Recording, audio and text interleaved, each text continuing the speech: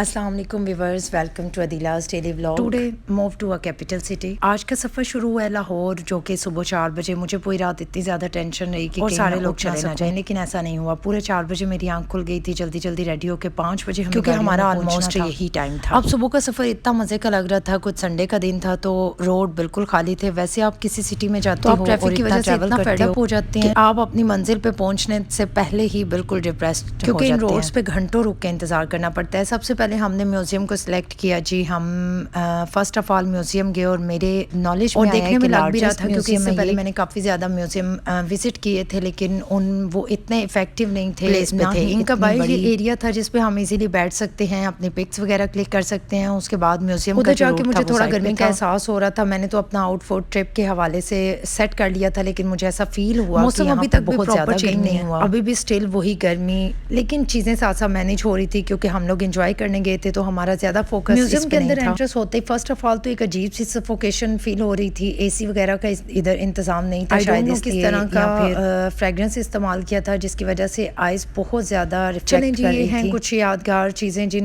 میں مجھے کچھ چیزوں کا تو آئیڈیا تھا جو میں سازا بچوں کو گائیڈ کرتی جا رہی تھی، لیکن بہت ساری چیزوں کا مجھے بھی کچھ انفارمیشن کلیکٹ کرنے کی کوشش کی کہ چلیں جب ہم یہاں تک ہمیں چیزوں کا تھوڑا سا آئیڈیا ہونا چاہیے، مطلب انفارمیشن ہونی چاہیے۔ مغل اعظم کے کچھ لباس تھے، ان میں سے میں اپنے لیے جوڑا پسند کر رہی تھی، ہم شادی پہ انہی میں سے لے کے پہن لیا جائے۔ اب یہ اتنے بھاری بھاری جوتے تھے کہ میں سوچ رہی تھی یہ کیسے جوتے پہن کے چلتے ہوں گے یا جوتے ان کو چلاتے ہوں گے، کوئی سمجھ نہیں آ رہی تھی۔ ہم لوگ پہن کے بھی اتنا انکمفرٹیبل ہو جاتے ہیں، ہمیں اوپن سلیپر ملتے ہیں ہم بالکل ایزی ہو جاتے ہیں، ریلیکس فیل کرتے ہیں۔ خیر یہ ہمارے مغل اعظم کی چیزیں ہیں، ان سے ریلیونٹ ہیں جو انہوں نے ویسے مجھے ان کا یہاں پہ رکھنے کا مقصد بھی سمجھ نہیں آتا، شاید انہوں نے حکومت کی تھی اپنے دور کے حکمران، انہی سے ریلیونٹ ساری چیزیں ہیں۔ میں خود ان میں سے پڑھ رہی تھی، تھوڑا کنفیوز ہو رہی تھی، لیکن ساتھ ساتھ چیزوں کو کور کر رہے تھے۔ تو ہم لوگ مذاق بنا دیتے ہیں کہ زو میں جا کے کیا کرنا ہے، لیکن میں آپ کو بتاؤں زو میں جانا چاہیے۔ ہمیں بہت ساری چیزوں کا آئیڈیا ہی نہیں ہوتا، بہت سارے اینیملز کا ہمیں پتہ ہی نہیں ہوتا، اور ساری چیزوں کو وزٹ کرنا چاہیے جو ہماری انفارمیشن ہمارے نالج میں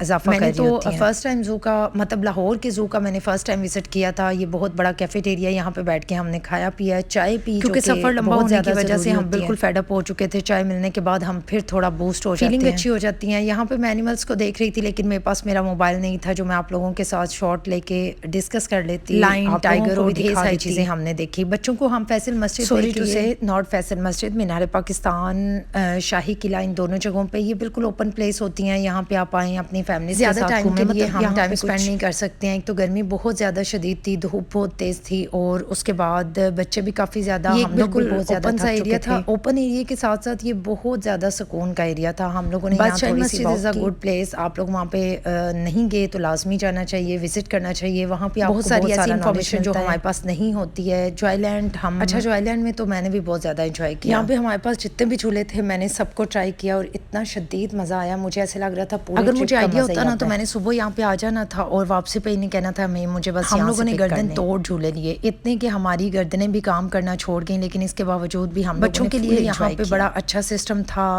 بڑے لوگوں کے لیے بھی، مطلب ہر قسم کے یہاں پہ سوئنگ موجود تھے۔ ہم نے بچوں نے سب نے بہت زیادہ انجوائے کیا۔ ایون اگر مجھے تھوڑا سا اور ٹائم ملتا تو میں پھر کسی جگہ پہ چلی جاتی، اتنا زیادہ ٹائم نہیں تھا، شارٹ ٹائم تھا، رات ہو چکی تھی، ہمیں واپسی کے لیے نکلنا تھا کیونکہ ایک ہی دن تھا۔ اس کے بعد شدید تھکاوٹ کی وجہ سے اب ہمارے کھانے پینے کا ٹائم ہو گیا تھا، اور آئی تھنک سو یہ کوئی کالا شاہ کچھ لائک دس اسی طرح کا ریسٹورینٹ تھا جس جگہ پہ ہو چکی تھی، لیکن ہماری انجوائمنٹ، ہمارے اندر اتنی زیادہ انرجی ابھی بھی باقی تھی کہ ہم مزید بھی انجوائے کر سکتے تھے، لیکن ہمارے پاس ٹائم کی کمی ہونے کی وجہ سے جلدی جلدی ہم اپنے کھانے کی طرف لائیو ہے۔ آپ یہاں سے اپنی مرضی سے لائیو کچھ پک کریں، اس کو آپ فوری طور پہ ریڈی کروا سکتے ہیں، ایسا کچھ نہیں ہے پہلے سے کوک نہیں، بس ان کے پاس ہال 3-4 تھے تو وہ سارے ہی بکنگ پہ تھے۔ ہمیں ذرا ایک اوپن ایریا میں ہال ملا جس میں ہم پورے دن کی تھکن کے بعد ہم لوگ ایسے جا کے تھک ہار کے ٹوٹ کے بیٹھے کہ بس اب یہ، لیکن وہ ایسا ہوتا ہے نا کہ جب ہم بہت زیادہ تھک کے بیٹھ جاتے ہیں اور اس کے بعد جب ہمیں کھانا ملتا ہے تو ہماری انرجی دوبارہ سے لگ رہا ہوتا ہے کہ اب ہم ایک دفعہ دوبارہ فریش ہو گئے، اب ہم پھر سے انجوائے کر سکتے ہیں، لیکن ایسا کچھ نہیں تھا۔ کھانا کھا کے ہمیں گھر کی طرف نکلنا تھا کیونکہ کافی زیادہ دیر ہو گئی تھی، رات 3 بجے ہم لوگ گھر پہنچے تھا۔ میرا بہت بہت بہت زیادہ انجوائے کیا ہم نے، کھانا بہت اچھا تھا، ٹور بہت اچھا تھا، بہت اچھی تھی،